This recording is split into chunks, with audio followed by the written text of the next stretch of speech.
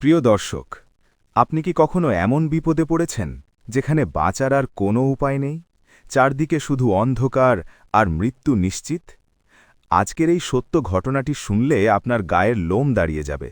এটি কোনো কল্পকাহিনী নয়, স্বয়ং বিশ্বনবী এই ঘটনা আমাদের শুনিয়েছেন, যেখানে ৩ যুবক পাহাড়ের গুহায় আটকা পড়েছিল আর তাদের বাঁচানোর কেউ ছিল না, একমাত্র আল্লাহ ছাড়া। বহুকাল আগের কথা, ৩ জন লোক একসাথে পথ দিয়ে হাঁটছিল। হঠাৎ আকাশ কালো করে মেঘ জমে উঠল। শুরু হলো তুমুল ঝড় আর বৃষ্টি।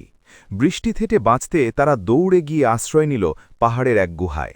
কিন্তু হায়, হঠাৎ পাহাড়ের ওপর থেকে বিশাল এক পাথরের চাই গড়িয়ে পড়ল গুহার মুখে। বন্ধ হয়ে গেল বেরোবার একমাত্র রাস্তা। ভেতরে ঘুটঘুটে অন্ধকার। তারা ধাক্কা দিল, শক্তি প্রয়োগ করল, কিন্তু পাথর নড়ল না। তারা বুঝতে পারল এখানে তাদের কবর রচিত হতে যাচ্ছে। তখন তারা একে অপরকে বলল, আজ আমাদের ভালো কাজগুলো ছাড়া আর কিছুই আমাদের বাঁচাতে পারবে না।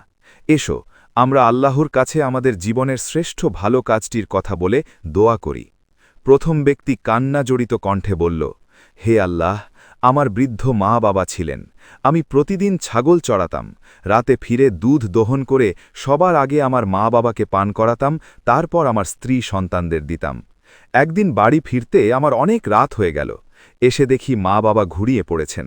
আমার সন্তানরা ক্ষুধার জ্বালায় আমার পায়ের কাছে বসে কাঁদছিল। কিন্তু আমি মা বাবাকে না জাগিয়ে দুধের পেয়ালা হাতে সারা রাত তাদের শিওরে দাঁড়িয়েছিলাম।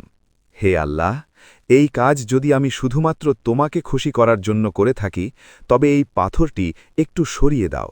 সাথে সাথে পাথরটি একটু সরে গেল, কিন্তু বেরোবার মতো জায়গা হল না। দ্বিতীয় ব্যক্তি বলল, হে আল্লাহ, আমার এক চাচাতো বোন ছিল, যাকে আমি পাগলের মতো ভালোবাসতাম। আমি তার সাথে খারাপ কাজ করতে চেয়েছিলাম, কিন্তু সে রাজি হয়নি।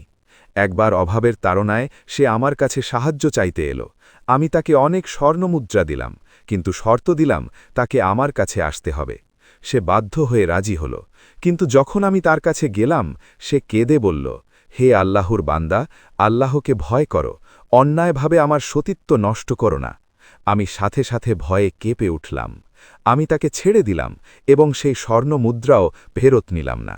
হে আল্লাহ, এই কাজ যদি আমি তোমার ভয়ে করে থাকি, তবে পাথরটি আরেকটু সরিয়ে দাও। পাথরটি আরও একটু সরে গেল, কিন্তু তখনও বেরোবার জায়গা ছিল না। তৃতীয় ব্যক্তি বলল, হে আল্লাহ, আমি এক শ্রমিক দিয়ে কাজ করিয়েছিলাম, কিন্তু সে তার পারিশ্রমিক না নিয়েই চলে গিয়েছিল। আমি সেই টাকা খরচ না করে তা দিয়ে ব্যবসা করলাম এবং অনেক গরু ছাগলের মালিক হলাম। বহু বছর পর সেই শ্রমিক ফিরে এসে তার টাকা চাইল। আমি বললাম, ওই মাঠ ভর্তি যত গরু ছাগল দেখছ, সব তোমার। সে অবাক হয়ে বলল, আমার সাথে ঠাট্টা করছেন? আমি বললাম, না, এটা তোমারই আমানত। সে সব নিয়ে চলে গেল। হে আল্লাহ, আমি যদি এই সততা শুধু তোমার জন্য দেখিয়ে থাকি, তবে পাথরটি পুরোপুরি সরিয়ে দাও। এবং ঠিক তখনই আল্লাহর কুদরতে বিশাল পাথরটি সম্পূর্ণ সরে গেল। তারা ৩ জন মৃত্যুর মুখ থেকে ফিরে এলো। সুবহান আল্লাহ। প্রিয় দর্শক, এই ঘটনা আমাদের শেখায়, বিপদের সময় একমাত্র আপনার নেক আমল আর মা বাবার দোয়াই আপনাকে বাঁচাতে পারে। ভিডিওটি শেয়ার করে সবাইকে এই সত্য ঘটনাটি জানার সুযোগ করে দিন। এমন আরও শিক্ষণীয় ভিডিও পেতে কলবের আহ্বান চ্যানেলটি সাবস্ক্রাইব করুন। জাযাকাল্লাহু খাইরান।